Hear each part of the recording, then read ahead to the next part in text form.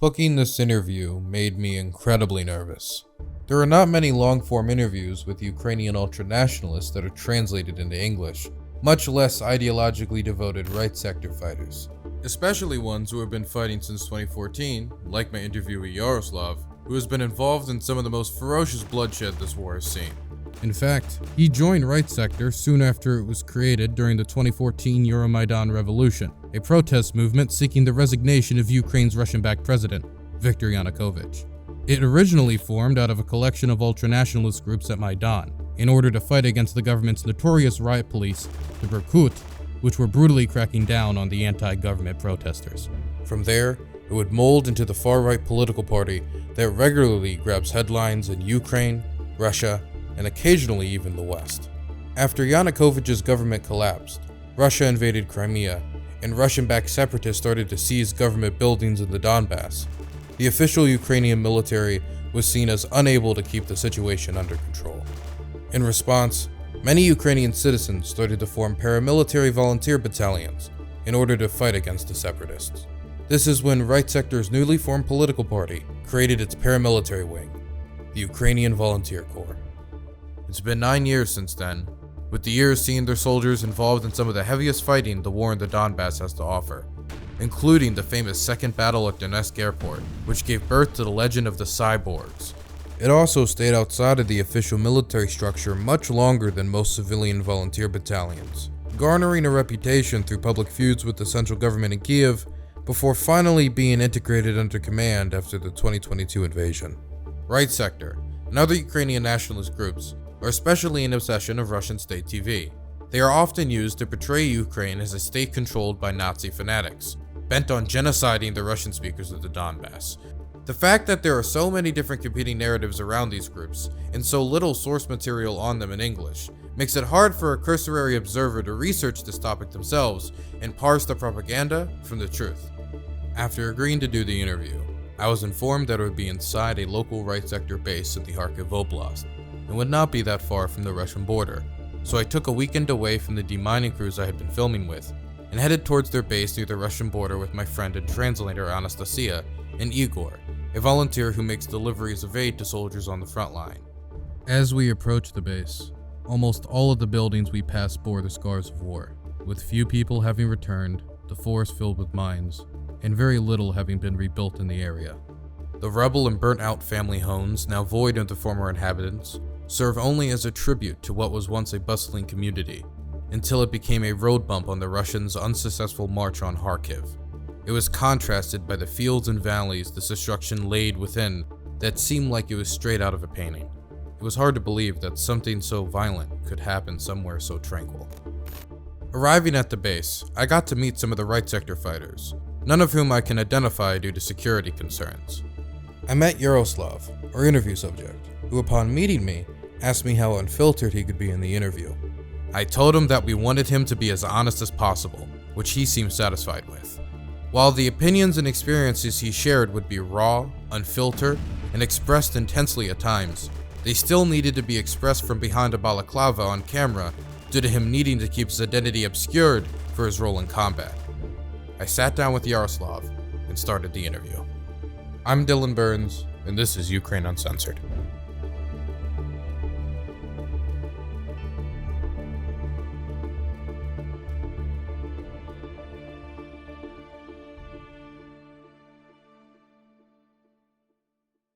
Fantastic. I would like to start with an introduction, his name, his role, like what his job is in the military. My name is Yaroslav. Most people in Ukraine know me as Akila. Rudyard Kipling, you know. I am the commander of the scouting troops. What part of Ukraine are you from?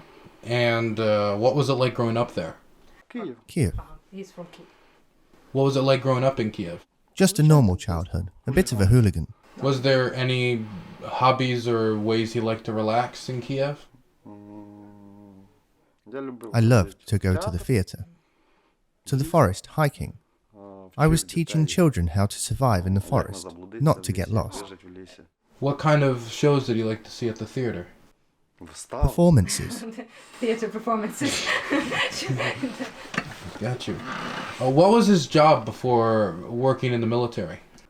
Financial security. What job does he enjoy more? Financial security or working in the military? Both are similar. It's just that one is on the front lines and another isn't. The skills and moral will required for both are the same. In both cases, I got to do the thinking. When did he first join the military and for what reason? In 2014, because the war started. When the war started in 2014, did it take him by surprise? Was he expecting it? No. We expected this war to happen for like 15 years. We expected it and were training for it. So he was training before the 2014 invasion and military tactics? Yes. How did he train? We were training with the people who knew the war is coming. If not tomorrow, then the day after that, or later, but it will come eventually. And the enemy will be Russia. That they will take Crimea and Donbass away from us. And if it works out for them, they are going to try and take over Ukraine in its entirety. That training was mostly strikeball. Yes, strikeball is an opportunity to work on your tactical skills, to learn how to work with equipment. Aside from that, you can learn a lot of stuff. You can work on your inside the city shootout skills in some deserted ruins. In the forest too, in winter, in summer, in the rain, and with mud. No, military people as well. Basically, those who were training us were people with some sort of military experience or skills. Someone who served in the army as a sapper, for example, and could teach and show us something. Someone who had experience in participating in some other military conflicts outside of Ukraine. Someone who has already been through a war. Was how quickly the Russians took over Crimea a surprise? Was there an expectation of more resistance? The surprising bit was that they actually decided to start invading it. That was a surprise. Why it was a surprise is this. Because at that time, Russians were holding most of Ukraine's economy in their hands. Their people were in every law enforcement agency. Their people. And a sort of creeping occupation was already happening. So the surprise was that they chose to do it with military force. Unexpected that was. Because it was illogical. And yes, we hoped there would be resistance. Why that resistance didn't happen, that's a big question. Why and who should be blamed for it? Because if the war truly started in Crimea, and there were enough forces and means, then maybe Donbass would not have happened, and maybe this war would not have happened as well. Does he think that the Russians would have had more success if they stuck to institutional capture instead of full invasion? It was working for them back then. They were doing it.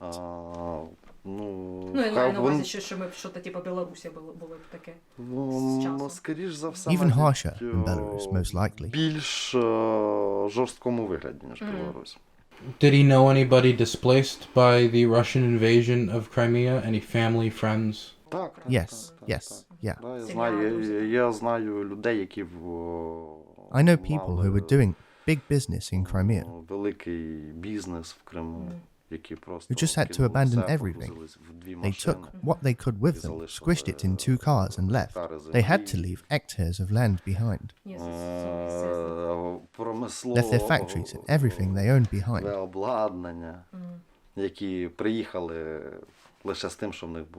How important is it to him personally to liberate Crimea?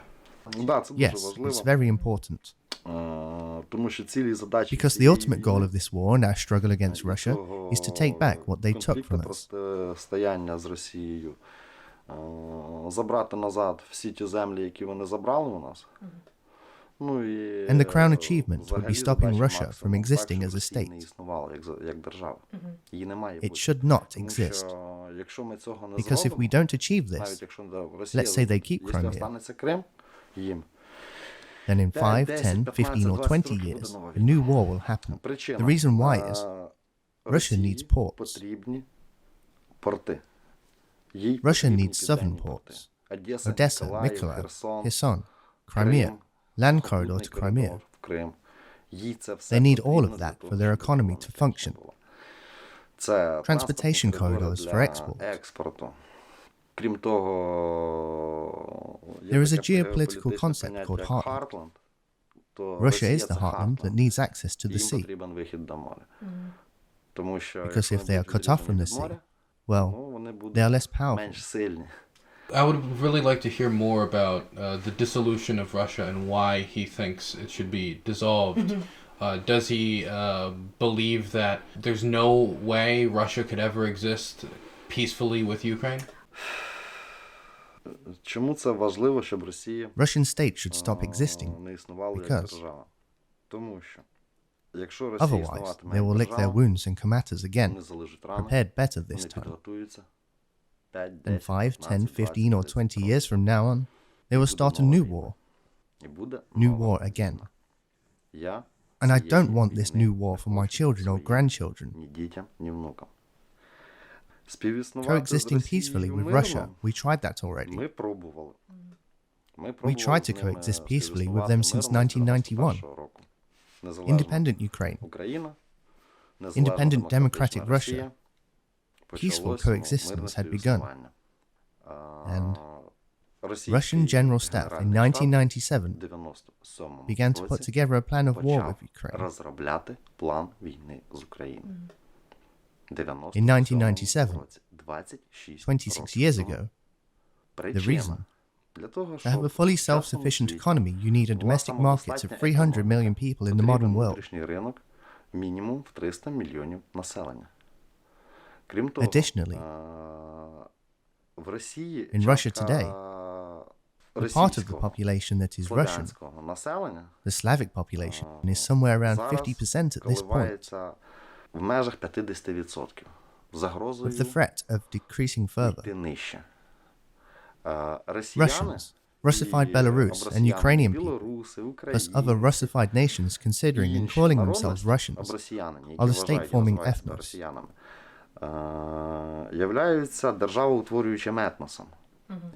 And when it becomes a minority, it becomes a problem for them.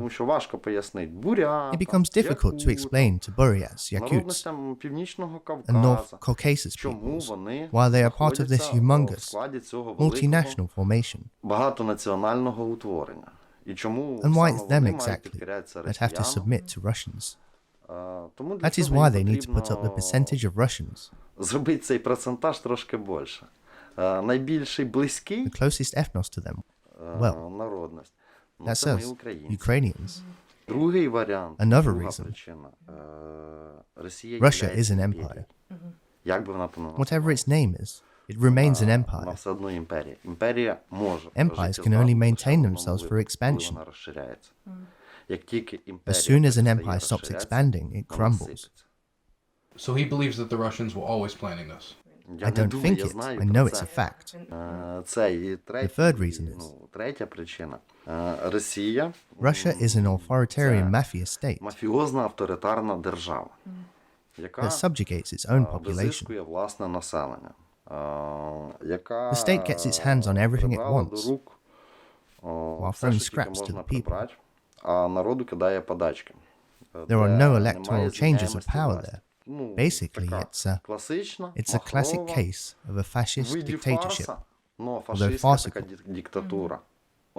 They cannot allow their population to live alternatively. They need to see that their neighbors have it worse, or just the same. So they have no problems with Kazakhstan, when Nazarbayev ruled for 30 plus years. No problems with Belarus.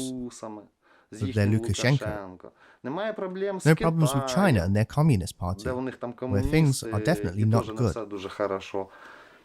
Whereas Ukraine, well, it's an example that a president can be elected. If the government stops listening to the will of the people, it can be changed as well. We are the alternative.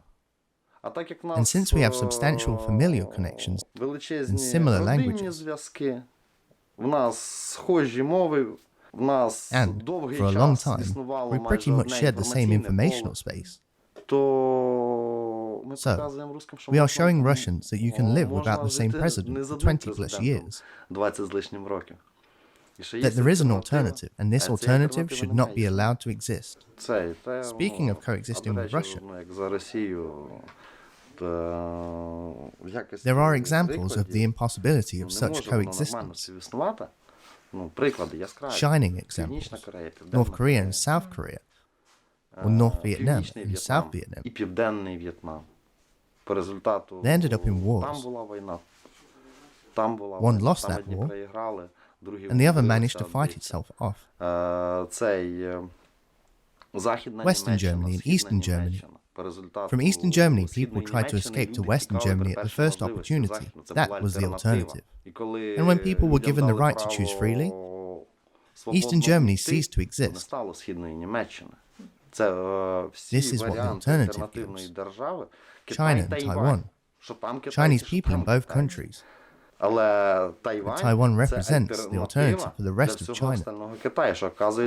Turns out you can live a good life without the Communist Party. In 2014, when he joined the military and started to fight, did he join with Right Sector then, or was it a different military organization? Right Sector, yeah. Did he join with Right Sector for any particular reason? Over, say, a different military unit? Because they were close to me ideologically. And how would he ideologically describe himself? Nationalist. Nationalist. Nationalist. Is there any right-wing or left-wing slant to that, or just nationalist? Just nationalist. Just nationalist. Just nationalist. When you joined the Right Sector in 2014 and started to fight, in what areas did you see combat? Donbass, Luhansk Oblast. What was the fighting like in the Donbass in the early days?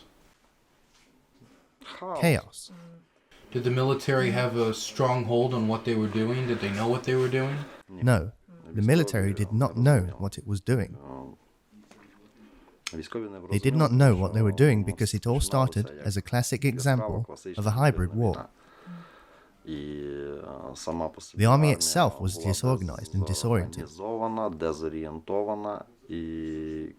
Besides that, in the beginning, in Donbass, Russian special forces operatives, pretending to be local insurgents forces, used their pro-Russian assets, civilians. And these are not the targets for a general army. The army could not be efficient against that. The military was not equipped to work in such conditions.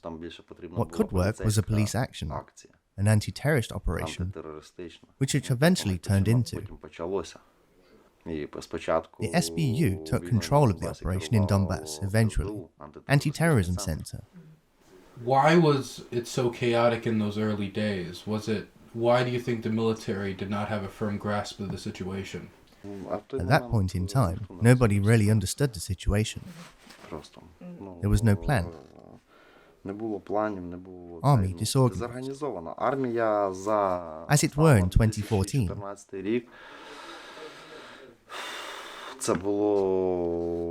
It was a sorry sight. How much of the equipment that you guys were using was donated by, civilians and not from the military? How much did they have to go get their own equipment? You mean like volunteer work? Yes. Yeah. Volunteers helped us. Solely volunteers. Volunteers, it's pretty much known. Was mostly volunteers? Mostly volunteers, yeah. Back in the day, for sure, yeah. Was that chaos and disorder from the military part of the reason he joined Right Sector, since it operated outside of the traditional military structure? Yes. Since 2014, How has right sector changed both militarily and ideologically? There were internal changes. Ideologically, it did not change much.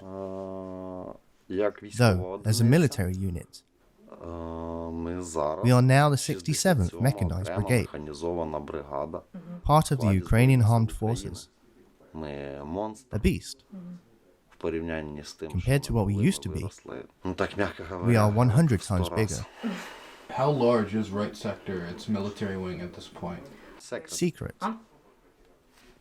Confidential. Secret. Secret. Yeah, not gonna tell. Gotcha. Okay. A lot. A lot. A lot. A lot. Gotcha. Yeah. I wanted to talk a little bit more about the ideology of right sector for a moment. On the first paragraph of the official right sector website, it describes the mission statement of the organization as Ukraine's liberation from both external, the Kremlin, and internal occupation of clan oligarchic groups, as well as a struggle against imposition of extreme liberal cultural Marxist ideas upon Ukrainian society. Do you agree with this sentiment? Yes. He says yeah, he agrees with that. So I wanted to talk about the later half of that because we hear a lot about the first half, but not much about the last half. Why do you identify with the later half of that statement? We already lived with that. Did not have a good time. Yeah, but 70 years. Але він, я розумію, що він питає, тому що марксизм то окей, то понятно, а комунізм ясно. А екстремальний лібералізм, what is there in liberalism? Що там в лібералізмі? What's that about? Тому що Запад це майже всі країни ліберальні. Та ні, ну, ліберальні, liberal, yeah. розумні, Reasonably liberal. Ну, ми уйдемо від It's війни, not я war вояка. Я можу розказувати за I am a війну, я можу soldier. I can розказувати talk about war and the за enemy. супротивника. Ну, це трошки не моя This is not my field. Це і... Ну, я But I можу can tell you my сказати personal своє opinion. власне. Так, скажіть, власне, так. Ті Those people люди, who, які колись back in the day, давно a long на time Заході ago, fought for боролися rights за in the права, West, they за did них the good потрібно thing. було Those боротися. rights need to Там be fought for. жінок, Women's кольорових rights, людей. colored people's rights. Коли And ці then, права і when they свободи achieved їм those були rights дані, and liberties, вони виявились they, без роботи.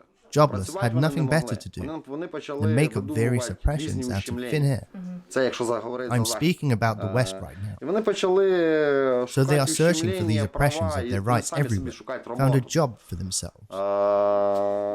По результату As a result, they started defending people who did not ask to be defended захисті себе не просив і нав'язувати and ті чи impose інші their values on цінності. others. А зараз ці, так сказати, замаскировані And неомарксисти, currently, those neo-Marxists in disguise and neoliberals are making up problems with з ЛГБТК LGBTQ спільнотою, plus вони community. видумують цей, ну, немає в Україні There are no проблем problems with them in з ним Ukraine at all. взагалі. Крім того, Aside from that, іде they нав'язування, impose. ну, це, блін, ну, я не Damn, I am not a political політичний, speaker. все, що іде на шкоду нації, все, що Everything йде that на arms шкоду the нації, nation, no matter where it came неважливо, from, звідки воно прийшло, the з West заходу or чи the сходу. East, Його does не not має need бути. to be. Його просто should не not має be. бути. Крім того, Plus, є така мудра There is this єврейська wise книга, Jewish Біблія book, you know, називається. called the Bible, І там є and the words слова, are, по "Wherefore by плодам their знаєте fruits ви ye їх. shall know them."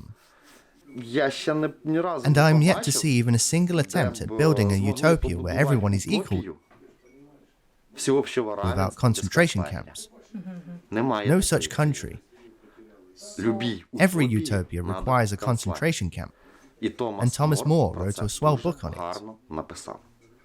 Is there any examples of things that are happening in the West that he would not like to see happen here that he thinks is making the West weaker? Що там, Ну, а щось ж, таке. ну, немає There are no проблеми в problems with правах women's жінок. rights. Ну, жінки мають Women have права. all the rights. Не Don't make надо up problems придумувати when there проблему is там, none. де її немає.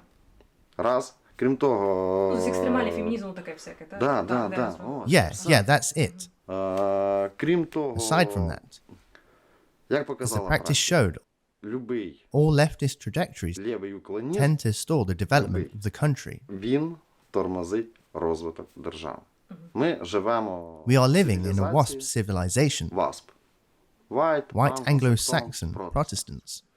Ми We are користуємося using the legacy of these people надбанням цих людей. Весь світ The whole живе world в lives цій in this парадигмі. paradigm.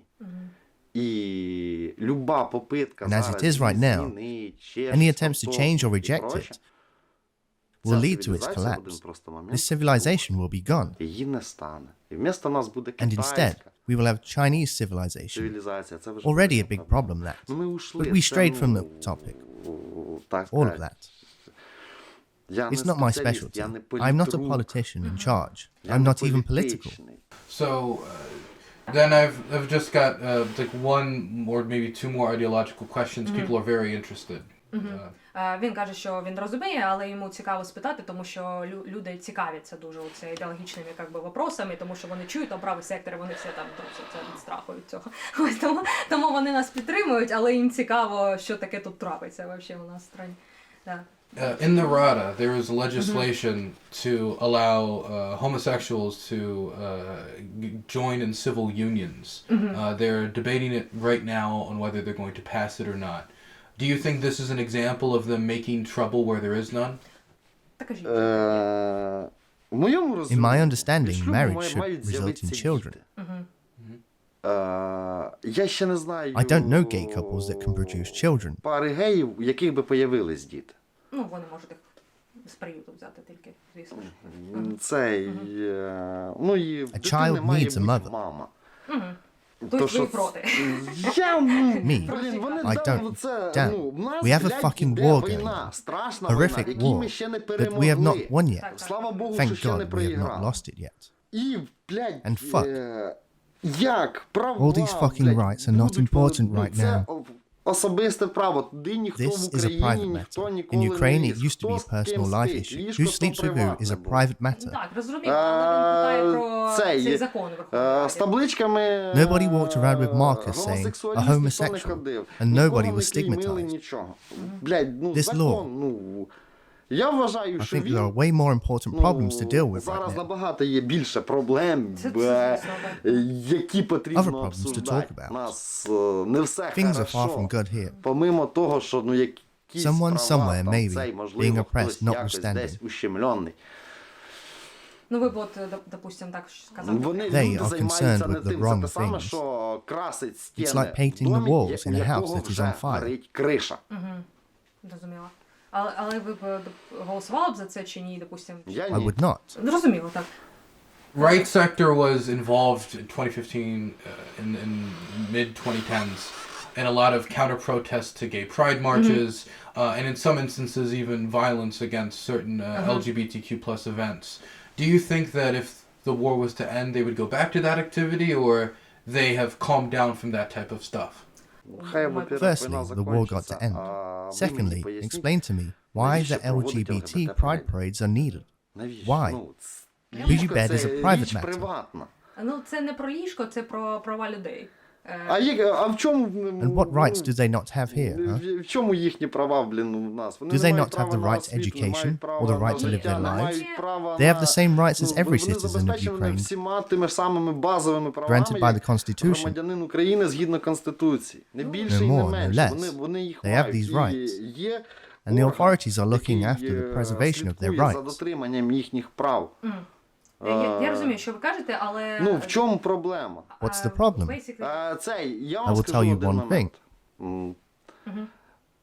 Коли When those почалися LGBT pride parades прайди, began, в Києві є гей-тусовка, there is an LGBT community ЛГБТ-тусовка, in Kiev. Gay які people прийшли came і and said, сказали, ми до We have них nothing to do не with маємо them. ніякого They are відношення. doing it for the То money. за гроші. And І we, ми, як as LGBT people ЛГБТ-тусовка, своя, ну, так сказати, So to speak, гомосексуальні homosexual relations відносини are not a були new thing. давним-давно. they always Завжди existed. Ми, But we don't need вони those, нам чужді, and we don't вони нам relate to не them. потрібні, і в нас після них create відбуваються problems for us. проблеми. То гранти, It's about то grants, не not про human права rights. людей, то про money розподіл laundering. грошей, які беруться, то про It's about імітацію imitating діяльності, activity, то про imitating імітацію protection. захисту, то не про It's not about захист, protecting то people. про те, щоб нічого не робити It's about doing nothing and і getting grants. отримувати грант. Тобто ви маєте на увазі як організації, які Да, правда да. чи Yes. вони просто розпіл грошей? Да. Yes, yes. I do hope that after our victory, we will deal with other issues. We will have to rebuild the country. And honestly, all those people who received those Western grants did not go to defend their country. They escaped to Munich, to Europe.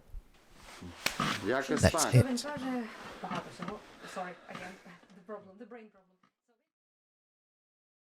Thank you for watching this Ukraine Uncensored interview. I hope this first-hand testimony of the war in Ukraine helped you better understand those who are caught in the violent throes of history. We have a bunch of other videos interviewing those affected by the war on the ground in Ukraine that you can check out on my channel. If you want to help fund my work so I can do more interviews like this in the future, please support me at my Dylan Burns TV Patreon page. I have a second YouTube channel called Dylan Burns Live, where you can see my videos from my live stream, which you can view on my Twitch or on my website, dylanburns.tv, every weekday from 6 p.m. EST to midnight. And if you want my hot takes or photos from my time in Ukraine, check out my socials, including at DylanBurns1776 on Twitter and Dylan Burns TV on Instagram. All links, including a community Discord, are in the description below. See you guys next time.